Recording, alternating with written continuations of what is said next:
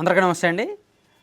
YouTuber ప్రశ్న Raavan alias Joseph Bachalakuri ఆయనను పోలీసులు గన్నవరం పోలీసులు నిన్న అరెస్ట్ చేశారు కదా. సో ఆయన మీద అత్యంత తీవ్రమైన ఓపా చట్టం కింద అన్లాఫుల్ యాక్టివిటీస్ ప్రివెన్షన్ యాక్ట్ అనే ఒక తీవ్రమైన నేరాభియోగాలు నమోదు చేశారు. అలాగే దేశద్రోహం కేసు కూడా పెట్టారు కదా. సో అతను ప్రస్తుతానికి రిమాండ్ ఖైదీగా నెల్లూరు జైల్లో ఉన్నారు. ఈ రిమాండ్ రిపోర్ట్ని పోలీసులు కోర్టుకు సబ్మిట్ చేశారనమాట. ఈ రిమాండ్ రిపోర్ట్లో చాలా సంచలనమైన అంశాలు ఇచ్చారు. అదేంటంటే నిషేధిత మావోయిస్టు సంస్థ వైపు యువతను ఆకర్షించేలా రావణ్ ప్రకటనలు చేస్తున్నారు. మతపరమైన విభేదాలు రెచ్చగొట్టేలా అతడి తీరు కనిపిస్తోంది. రాష్ట్రంలో అశాంతి సృష్టించాలనే ఉద్దేశం ఉంది. ఇటీవల ఏలూరులో జరిగిన దళిత క్రైస్తవ సమావేశంలో రెచ్చగొట్టేలా రావణ్ మాట్లాడారు. అవమానకరమైన అసభ్యకరమైన వ్యాఖ్యలు చేశారు. పదవుల్లో ఉన్నవారిని దూషించారు. వ్యవస్థలపై ప్రజల్లో ద్వేషం వైషమ్యాలు సృష్టిస్తున్నారు. మావోయిస్టు భావజాలాన్ని అతడి ఫోన్లో గుర్తించాం. మావోయిస్టు హెడ్మాను కీర్తిస్తూ ప్రసంగాలు చేశారు. దేవుళ్లను అవమానించడం కించపరచడమే లక్ష్యంగా పనిచేస్తున్నారు. రావణ్ అని పేరు పెట్టుకోవడం కూడా అందులో భాగమే. అతడికి సహకరిస్తున్న వారెవరో తేల్చాల్సి ఉంది.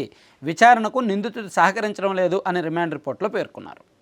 సో దీనిలో కీలకమైన అంశాలు ఏమిటంటే, ఒకటి, మావోయిస్టులను యాక్చువల్లీ దేశం నిషేధించింది. అసలు నక్సలిజం అంతం చేస్తాం, నక్సలైట్లు లేకుండా చేస్తామని చెప్పారు.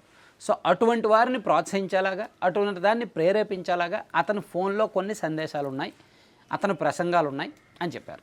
అలాగే దేవుళ్ళను కించపరుస్తూ, హిందూ మతాన్ని కించపరుస్తూ కొన్ని విద్వేషభరిత ప్రసంగాలు ఉన్నాయని చెప్పారు. నిజమే, అతని వీడియోల్లో సనాతన ధర్మాన్ని ఉద్దేశించి, హిందూ ఇతిహాసాలు, పురాణ గాథలను, దేవుళ్ళను ఉద్దేశించి కొన్ని అభ్యంతరకర వ్యాఖ్యలు చేశారు. అంటే ఇక్కడ పోలీసులు ఏదైతే రిమాండ్ రిపోర్ట్లో పేర్కొన్నారో అవన్నీ కూడా మనకు కళ్ళెదురుగా కనిపిస్తున్నవే. అయితే ఇతను విచారణకు సహకరించడు. రావణ్ చాలా తెలివైన వ్యక్తి అండ్ ఒక కరుడుగట్టిన కమ్యూనిజం భావజాలం ఉన్న వ్యక్తి అండ్ అంతకు మించి సో అతను చాలా మొండి, చాలా తెలివైనడు. అతనికి ముందుగానే తెలుసు తను ఇలా విచారణకు వెళ్తే పోలీసులు ఏం ప్రశ్నలు అడుగుతారు, తనని ఏ విధంగా ట్రీట్ చేస్తారు అనేది తను ముందే ఊహించి ఉంటారు. అయితే ఇంత పెద్ద సెక్షన్లో పెడతారు అని మాత్రం తను ఊహించి ఉండరు. ఏవో బెయిలబుల్ సెక్షన్లో పెడతారు, సోషల్ మీడియా ఐటీ యాక్ట్ కదా, బెయిలబుల్ సెక్షన్లో పెడతారు, ఏదో భయపెట్టి వదిలేస్తారని ఆయన అనుకున్నాడేమో.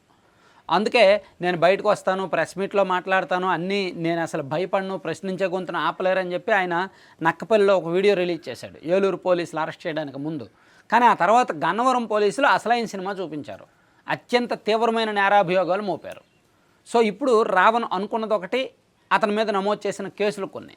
సో ఇప్పుడు అతన్ని ఖచ్చితంగా కస్టడీలోకి తీసుకుంటారు పోలీసులు. నెక్స్ట్ ఇమీడియట్గా నాకు తెలిసి ఈరోజో రేపో అతని కస్టడీ పిటిషన్ అడుగుతారు. అతన్ని కస్టడీకి ఇవ్వాలని పిటిషన్ అడుగుతారు. ఒకవేళ కోర్టు కనుక అతన్ని కస్టడీకి ఇవ్వడానికి ఒప్పుకుంటే అప్పుడు అతని కస్టడీలో నెక్స్ట్ ఉంటుందన్నమాట. చాలా సీరియస్ అంశాలు బయటకు వస్తాయి. అతని ఫోన్, అతని వ్యవస్థ, అతని నెట్వర్క్, అతని తెర వెనక శక్తి, అతని ఫండింగ్, ఇదంతా కూడా కనిపెడతారు. సో చాలా కీలకమైన ఈ కేసు. నేను నిన్నే చెప్పా, ఈ కేసుకు సంబంధించి చాలా అంశాలు ఉంటాయి, చాలా పరిణామాలు ఉంటాయి, చాలా ట్విస్టులు ఉంటాయి, అనేక ఆసక్తికరమైన అంశాలు బయటకు రాబోతున్నాయి అనేది నిన్నే చెప్పుకున్నాం కదా. చూడాలి దీనిలో ఎవరి వాటా ఎంత ఉంది, ఎవరి పాత్ర ఎంత ఉంది అనేది మనం చూడాలి. ఆల్రెడీ ప్రకాష్ రాజ్ గారు ఇందాక ఒక వీడియో రిలీజ్ చేశారు. రావణ్ ఫోన్ చెక్ చేస్తారు, అతనికి సపోర్ట్ ఉన్న వాళ్ళందరినీ కూడా పిలుస్తారు, లేనిపోని అభాండాలు వేస్తారన్నట్టు ప్రకాష్ రాజ్ గారు ఒక వీడియో రిలీజ్ చేశారు. సో దానికి ఏదో లింక్ ఉందో అనుకోవచ్చు. సో చూడాలి. అంటే ఇతని కేసు చాలా సీరియస్ కాబోతోంది. ఎప్పటికప్పుడు పరిణామాలు నేనైతే కల్పితాలు చెప్పను. ఏదైతే దర్యాప్తు జరుగుతుందో, ఏదైతే ఉన్నట్టు మాత్రమే చెప్తాను. అతని మీద ద్వేషము లేదు, అలాగనే అతన్ని సపోర్ట్ చేయాలని లేదు. జరుగుతున్న పరిణామాలు ఉన్నట్టు మన వీడియోలో అప్డేట్స్ ఇస్తాను, మన ఛానల్లో అప్డేట్స్ ఇస్తాను. చూడండి. Thank you.